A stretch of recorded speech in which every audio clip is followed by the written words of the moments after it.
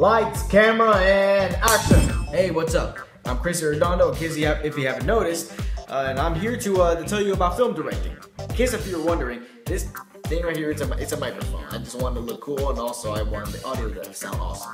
And so anyways, the whole production process, everything that, everything that these directors have been doing, all the techniques from lighting to props to just getting the actor to do what they want to do, it's all been around since the days of Shakespeare. Now, even though Shakespeare has never been in a movie himself, I can surely tell you, I mean, around his time, that's whenever all the techniques originated. So basically everything you see in movies, that's what people saw back then, but not on movie sets or on big screens or in giant cinemas, but rather on theaters, stages and stuff. Now, to give you a better idea about who a director actually is a director is someone who has ultimate control over everything that you're going to be seeing in the movie, from lighting to how the actors are going to move to even in the rain and all those dramatic rain scenes you see in all those dramatic movies and stuff like that. And so the reason why I chose this career is because I love making YouTube videos. I've been making them for years, and I'm still making them now, and it's just really fun. And I would actually love to do this as a career. I mean, since I really think of this stuff as fun, and what better idea than to get paid for it.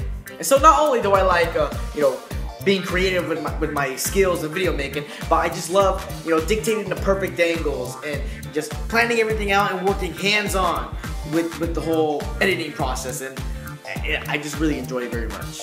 So in this presentation, I'm going to show you the origins and the outlook, requirements, everything that Ms. Hartley told us to write in the essay for this project.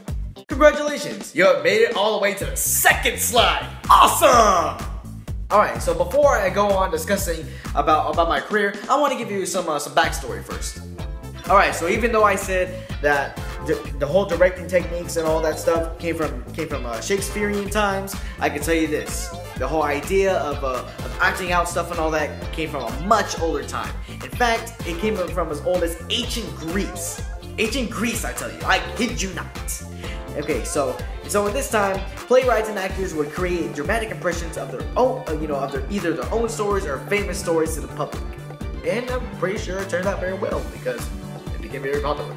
And so as time went on, these little dramatic impressions, they would move on into bigger and better things. They'll eventually move on to Elizabethan times, Shakespearean days, to where they'll be on giant stages, giant productions, and viewed by thousands and thousands of people.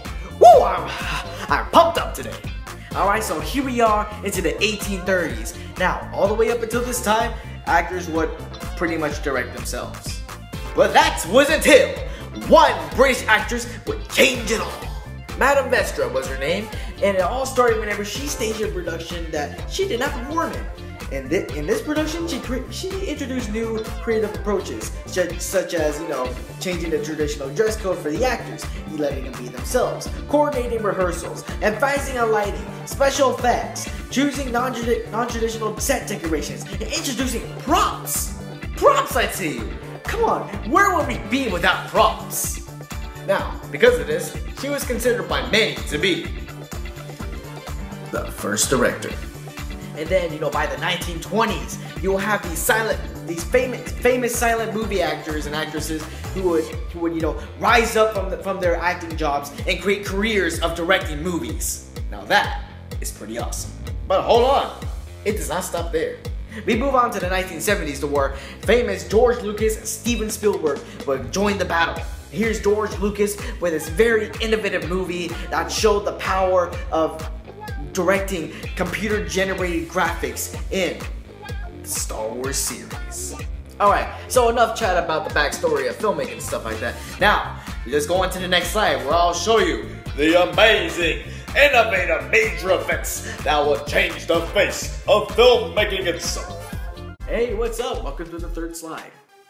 Alright, so to start off, I'm going to give you the biggest impact in filmmaking history.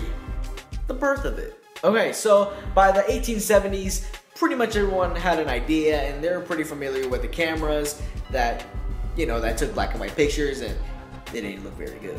But that would all change when Edward Muybridge would conduct an experiment in 1878 to find out if a horse ever had all 4 feet off the ground. To do this, he set up a bunch of cameras with trip lines. No, not to trip the horse, but for the horse to actually, what I'm guessing is the horse was supposed to not trip, but trigger the lines, which would trigger all the cameras in a parallel row, and bam, take many pictures at the same time. And now, once all the photographs were all taken and stuff, he put them all together, and then he copied all the photographs onto a glass disc called a XFLiX scope. I think that's how you say it. A XFLiX scope? I don't know. They came up with awesome yet weird names for stuff back then.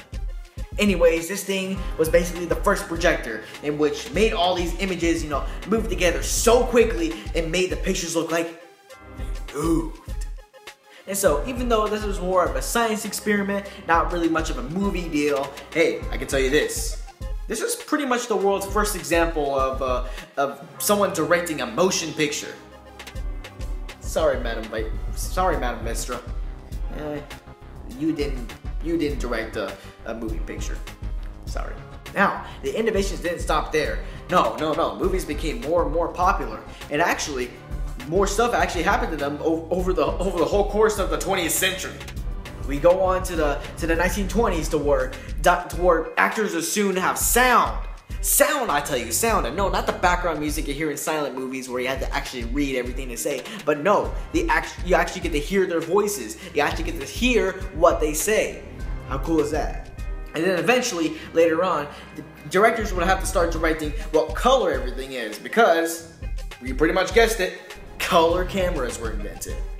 But even though color was a cool thing, and why wouldn't you want to put that in your film, but directors had a more deeper sense of how they can use this. They can use it for more, for more mood scenes and stuff like that. And then, as I discussed in the last slide, there was more, computer-generated graphics by the late 1970s. So all the explosions, robots shooting laser beams and all that stuff, directors would actually be able to do that now. And then there's the stunt doubles, in which they would replace, the actual actor, and then they would take the place of the actor, for scenes like falling off high stuff and, basically doing anything to act that would break the actor's bones. And then soon, by the 1990s or the early 2000s, finally, filmmakers would transition from old videotapes to digital compact discs, or as the regular people refer them to, DVDs. And then we move on to more recent stuff, like transitioning from those old square TVs to the new flat screens. Now we go on to more recent times to where filmmakers are now starting to direct their films to be more compatible with IMAX 3D. And there's so much more to come. Now, let's go over to my next slide to where I'll explain to you the requirements of this awesome career. Hello, welcome to my next slide. Now, I'll be explaining to you the requirements for this awesome field. Now, this amazing career can be at your reach with simply a high school diploma. Now, this is especially necessary if you intend to attend a film school after high school. Also, you will need some post-secondary training as, taking film classes and volunteer on other students' films, or just becoming an apprentice of an actual filmmaker. And other than that, you just need to be very creative, and you need to have expertise of arranging just how a set's gonna look and how lighting's gonna be, and stuff like that. Along with this, you're gonna need some dedication. And I mean a lot of dedication, and some talent, and some overall experience of directing something, like my experience with YouTube. Please join me in my next slide as I explain to you the reflection and outlook. What's up? Welcome to the next slide. As revealed to everyone, Hollywood depicts directors as glamorous and prestigious, but surprisingly, that's not all but it's cracked up to be. Otherwise, one of the requirements wouldn't be dedication. Because and from personal experience, I can really tell you that directors work under great stress. Now I mean great stress, like having to meet deadlines, keeping steady within budgets, resolving problems when things go haywire in the set or with the cast or anything like that. But worst of all, I haven't really experienced this, but I'm pretty sure many directors have experienced this. They have to work with those certain actors who think they're just gods and goddesses, and you just want to do everything they want. Oh, that get me so mad. And to top it all, the daily workday for a director is about 16 hours a day. So it's pretty easy to become immersed in your work. You know, from pre-production all the way to feature presentation. But despite how big and scary this might seem, surprisingly people like me, you know, who are really dedicated and who really put our hearts into this stuff, we actually find it fun. And you know what? At the end of the production process, you know, your movie pays off. Productively and literally. Alright, so you may be asking, oh, so what businesses in Texas can possibly offer this amazing job? Well, I can tell you this, the Houston Film Commission for Filmmakers, which is a commission for filmmakers.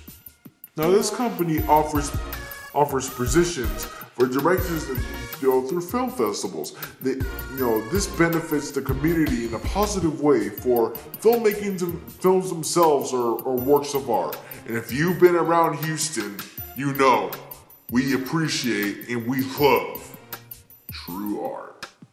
And you know, we have many artists, you know, who live here or who come here, and they are ready to form amazing creations. And you know, similarly of how a painting can express many emotions through color, a film can do the same, but with moving pictures and sound.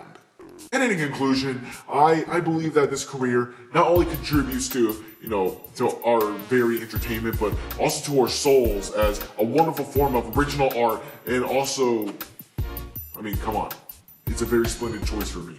I love making YouTube videos, as I said, you know, back many slides ago. And you know, what better idea than to get paid for it?